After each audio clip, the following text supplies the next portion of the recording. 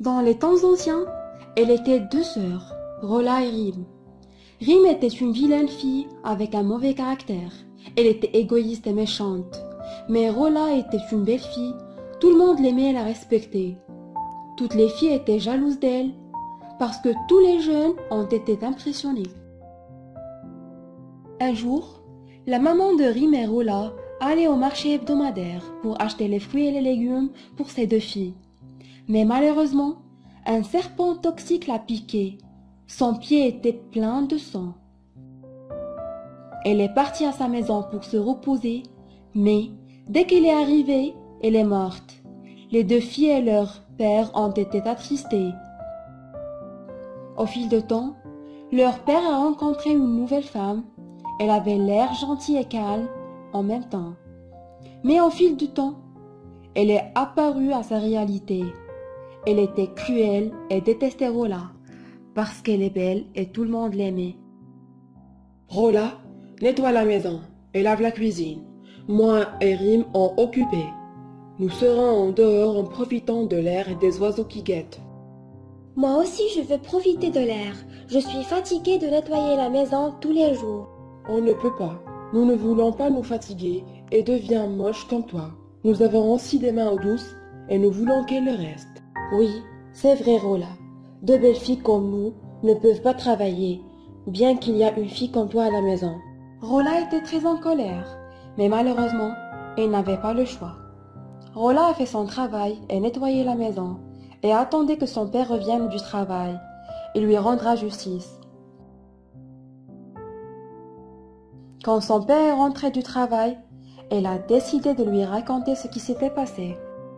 Rim et ta femme m'ont fait nettoyer la maison et de laver les ustensiles moi-même. Elles sont assises à l'extérieur, profitant de leur temps et de l'air frais. Ils le répètent tous les jours. Est-ce que c'est vrai? Non, mon père, elle mentit. On nettoie la maison chaque jour, alors qu'elle est assise seule sur le canapé et regarde la télévision. Mon cher mari, tu me connais très bien.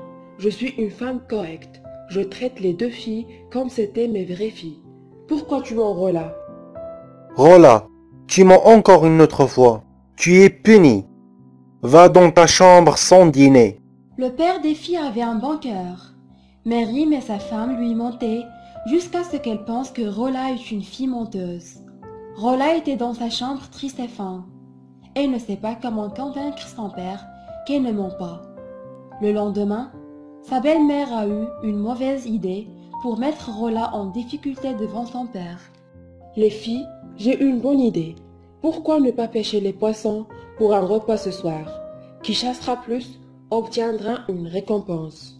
Les deux filles ont commencé à quitter la pièce. Puis, la femme du père a appelé Rim. Psst, psst. Rim, tu dois faire n'importe quoi pour ne pas laisser Rola gagner. D'accord. Les deux filles sont sorties pour chasser. À la fin de la journée, Rola avait chassé 2 fois plus que Rim. Les deux filles étaient en route vers leur maison, jusqu'à ce que Rim a commencé à crier. Regarde, regarde, le loup arrive, il nous mangera. Tandis que Rola s'est enfuie chez elle effrayée par le loup, Rim a pris tous les poissons de Rola et le met dans son seau. Quand Rim est arrivée à la maison, elle a découvert que Rola avait raconté à son père l'histoire du loup. Comment tu as pu prendre le poisson et le loup était derrière toi? De quel loup tu parles? Arrête de dire des mensonges encore une autre fois. Papa, elle est jalouse de moi parce qu'elle n'a pas pu pêcher aucun poisson. Ça suffit, Rola. Vu que tu n'as pas aidé Rim à pêcher les poissons, tu vas rester sans dîner ce soir. Ce n'est pas juste. J'ai pêché la plupart des poissons, mais Rim m'a trompé de l'histoire du loup. Rola, arrête de mentir. Je t'aurais cru si tu ne mens pas toujours. Ils sont convenus sur moi, père. Le père était très hésitant parce qu'il l'aimait tellement, mais en même temps, il ne pouvait pas nier Rim et sa nouvelle femme. Plus tard dans la nuit, un homme est arrivé au village. Il criait fort pour que tout le monde l'entende. Le prince aurait organisé une fête pour trouver une épouse. Tous les filles du village seront invitées. Le prince choisira la plus belle du tout. Les deux filles étaient contentes d'entendre cette nouvelle. Je vais porter la plus robe que j'ai. Et moi, je vais porter ma robe rouge. C'est celle que je préfère. Je ne crois pas que tu vas partir, Rola. Pas après que tu ailles mentir récemment pour avoir refusé de dire la vérité. Mon cher mari, on doit la punir.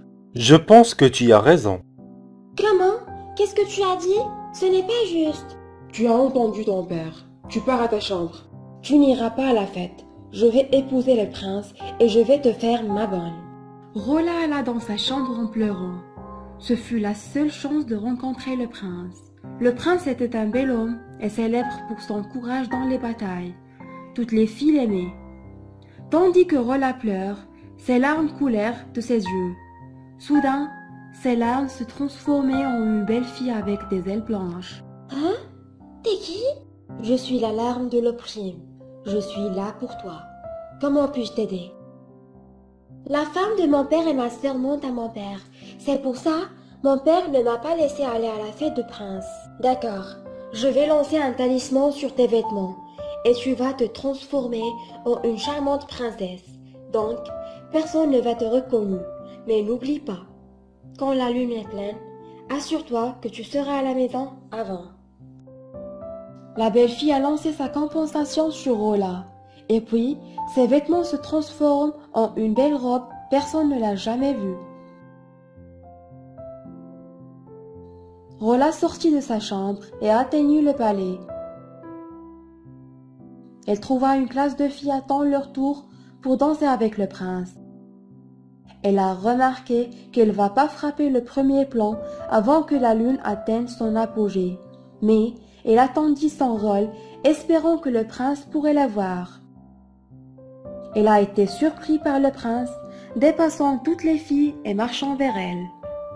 S'il vous plaît, vous pouvez danser avec moi? Bien sûr, votre majesté.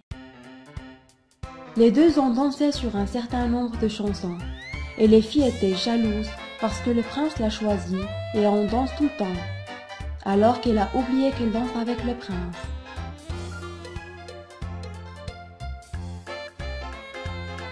Quelques heures plus tard, elle levait ses yeux. Il vit la lune sur le point d'atteindre son apogée. Je m'excuse, mais je dois partir maintenant. Mais je ne connais pas ton prénom. Rola a couru à sa maison et le prince ne pouvait pas l'attraper. Elle ne savait pas à quel chemin choisir. Elle est retournée à son palais, espérant qu'il la trouve demain. Rola rentra chez elle avec ses vieux vêtements et elle alla se coucher. Elle ressent un mélange de bonheur parce que le prince l'a choisi et une tristesse parce qu'elle ne le reverra jamais. Elle se réveilla le lendemain et trouva sa belle-mère dans sa chambre. Qu'est-ce qui se passe? Que fais-tu dans ma chambre? Le prince organisait sa fête hier. Il a choisi une fille avec cheveux rouges. Heureusement, elle s'est enfuie au milieu de la nuit. Alors, je vais couper tes cheveux et je vais faire avec un perruque pour Rim. Comme ça, Rim épousera le prince et fera de toi sa bonne. Rim bougea avec le ciseau et lui coupa les cheveux. Il ne lui reste plus que ses cheveux courts. La femme de son père a mis un chapeau sur la tête de Rola jusqu'à ce qu'elle cache ses cheveux courts. N'enlève pas ce chapeau. Personne ne devrait te voir. Et quand le prince viendra, tu restes silencieuse. Si tu n'es pas d'accord, je dirai à ton père que tu mens à nouveau. Quand mon père découvrira ça, il se mettra en colère contre vous. Rim sera la femme du prince. Alors, si tu lui dis quelque chose, elle va t'emprisonner à vie. Oui, il vaut mieux rester silencieux. Quand Rim et sa belle-mère faisaient des perruques, Rola s'est assise pleurer dans sa chambre. On frappait à la porte. La femme du père ouvrit la porte et invita le prince à entrer. Bienvenue, prince. J'ai entendu dire que tu cherchais une belle fille aux cheveux rouges, toute comme ma belle-fille. Oui, c'est la fille qui a dansé avec moi hier. Je me souviens de ces bandes d'or douces qui m'a fasciné par sa beauté. Quand le prince a approché pour toucher ses perruques, elle est tombée au sol. Elle n'était pas bien installée. Des perruques? Est-ce que vous essayez de me tromper? Oui, ce sont des perruques, mais je suis la fille qui a dansé avec toi hier. je l'ai porté à nouveau, juste pour que tu puisses me connaître. » Le prince était très visible et Virola assis sur le côté de la pièce. Et sur ses épaules, les cheveux rouges, indiquant qu'elle est la propriétaire des perruques. Le prince est allé vers Rola et dit: « Je sais que tu es la propriétaire de ces cheveux rouges. Tu peux enlever le chapeau? Je veux m'assurer de ça. » Elle se leva et enleva lentement le chapeau de sa tête. Elle avait peur de la réaction de la femme de son père, mais elle savait que c'était la seule chance d'épouser le prince. Le prince était surpris. Elle était trop belle, même avec des cheveux courts. « Ils ont coupé tes cheveux juste parce qu'ils essaient de me tromper? » Oui, votre majesté. « Je ne laisserai pas ma future princesse insultée dans mon royaume. » Ta future princesse? Ça veut dire que tu veux m'épouser? Oui, je serai très heureux pour toujours si tu acceptes de m'épouser. Tu es belle et généreuse et tout le monde t'aime. Oui, je suis d'accord. Tu es le meilleur homme que j'ai connu. Le prince s'est marié avec Rola dans le même jour.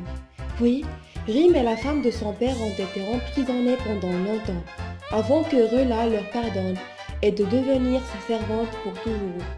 Salut, j'espère que vous allez bien. Abonnez-vous à notre chaîne Magique Frontier pour recevoir toutes les nouvelles vidéos. Au revoir.